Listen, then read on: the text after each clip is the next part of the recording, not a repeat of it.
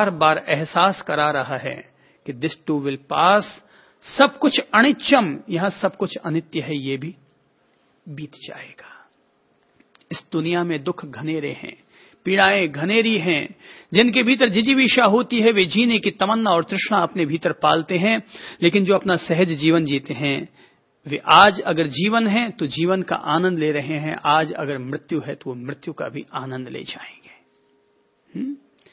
वो उसका भी आनंद ले जाएंगे। ये दुनिया तो दो तरफा है, ये दुनिया तो दुतरफा है। रंगी को नारंगी कहे, रंगी को नारंगी कहे, पके दूध को खोया।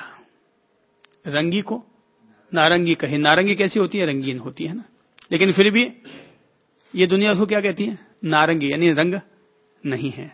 पके दूध को खोया, दूध पका हुआ है मगर उसको कहते हैं खोया, खो गया, दूध ही खत्म हो गया। तो रंगी को नारंगी कहे, पके दूध को खोया, चलती को गाड़ी कहे, देख कबीरा रोया।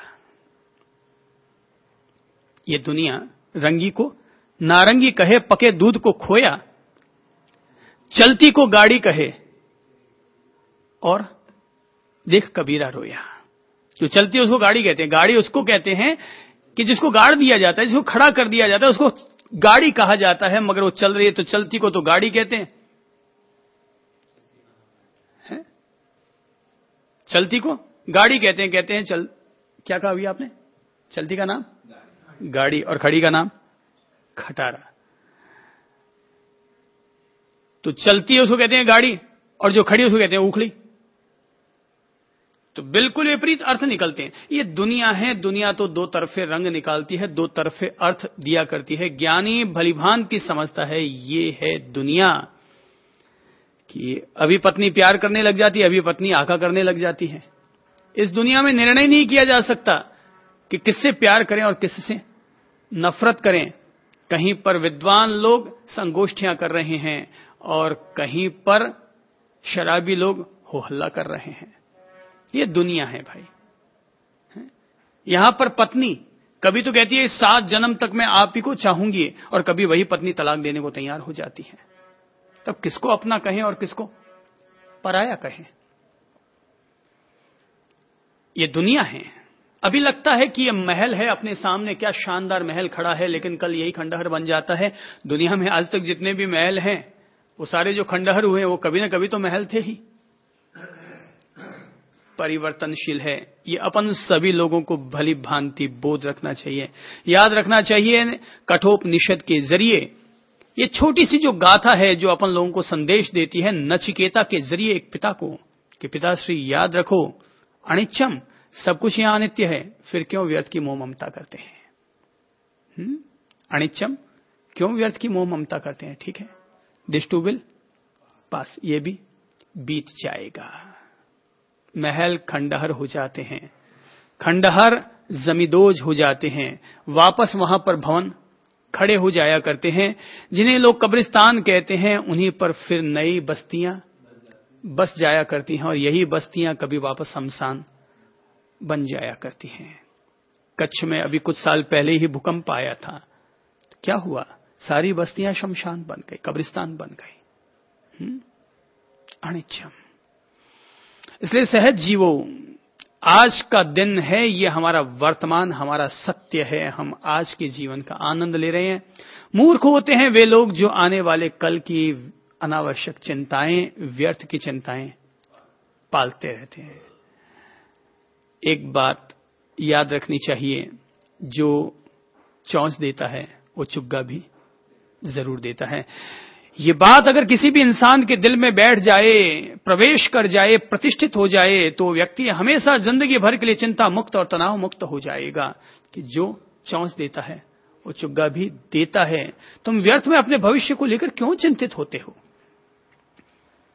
चिंता तो वो करेगा जिसने तुम्हें भविष्य देना है। जो तुम्हें भविष्य देगा वो तुम्हारे भविष्य के बारे में चिंता करेगा। तुम अनावश्यक चिंता पालते हो, कल मेरा क्या होगा, क्या होगा? ज्यादा से ज्यादा मौत ही तो होगी, और क्या होगा? ज्यादा से ज्यादा क्या होगी? मौत होगी, और तय है मौत वक्त से पहले आएगी नहीं।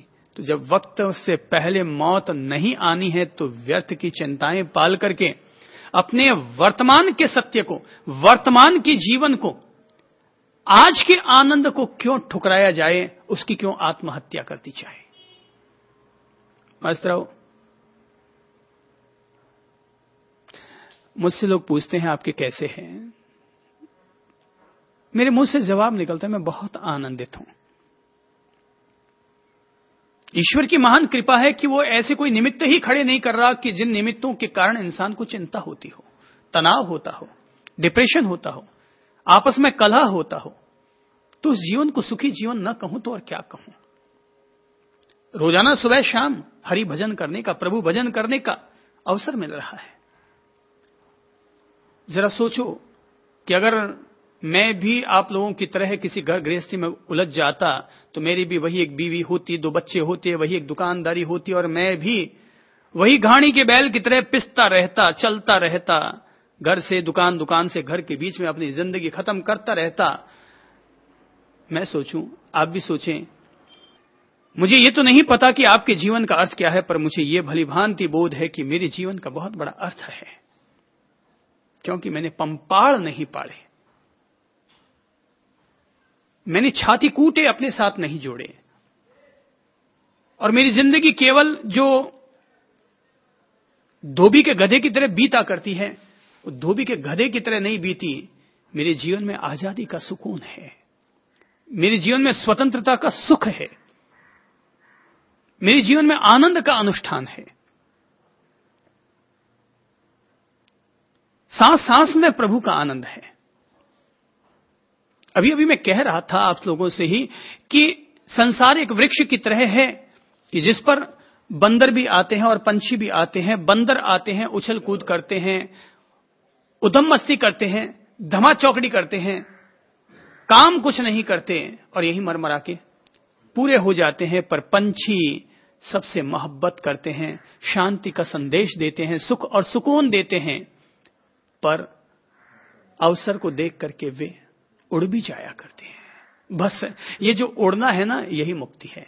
ये जो उड़ना है यही अनासक्ति है। ये जो उड़ना है यही वीतरागता है, वीत मोह होना है, वीत द्वेष होना है। कि इंसान उड़ जाए।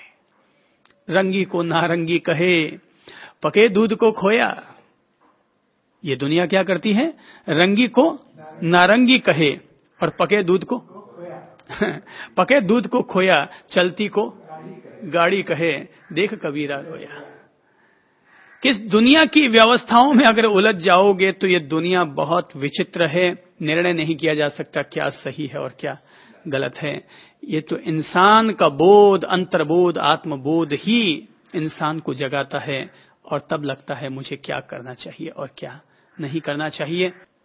कहते हैं कि नचिकेता जी ने पिता को संबोधित करते हुए कहा, अनिच्चम मोह मत करो, मैं जा रहा हूं, मुझे जाने दो।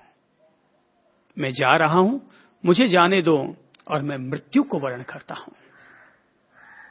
कठोपनिषद हमें मृत्यु सिखाती है।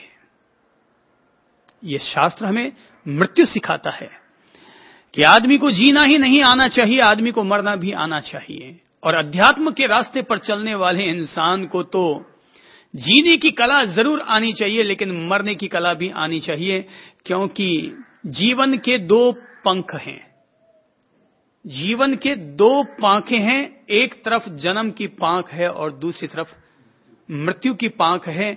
जन्म और मृत्यु के बीच में ही जीवन है। जैसे 2 किनारों के बीच में नदियां होती है, सागर होता है, ऐसे ही जन्म और मृत्यु के 2 किनारों के बीच में जीवन होता है। अपन लोगों को ये बोध रखना चाहिए कि पंछी के 2 पांख, इंसान के भी 2 पांख, जन्म और मृत्यु। तो उसे जन्मना भी आना चाहिए और मरना भी आना चाहिए। वो मृत्यु मृत्यु नहीं है जो कि अचानक घटित हो जाए। वो मृत्यु मृत्यु नहीं है जिसे कि मजबूरी में लिया जाए। मृत्यु वो है जिसे वर्ण किया जाए।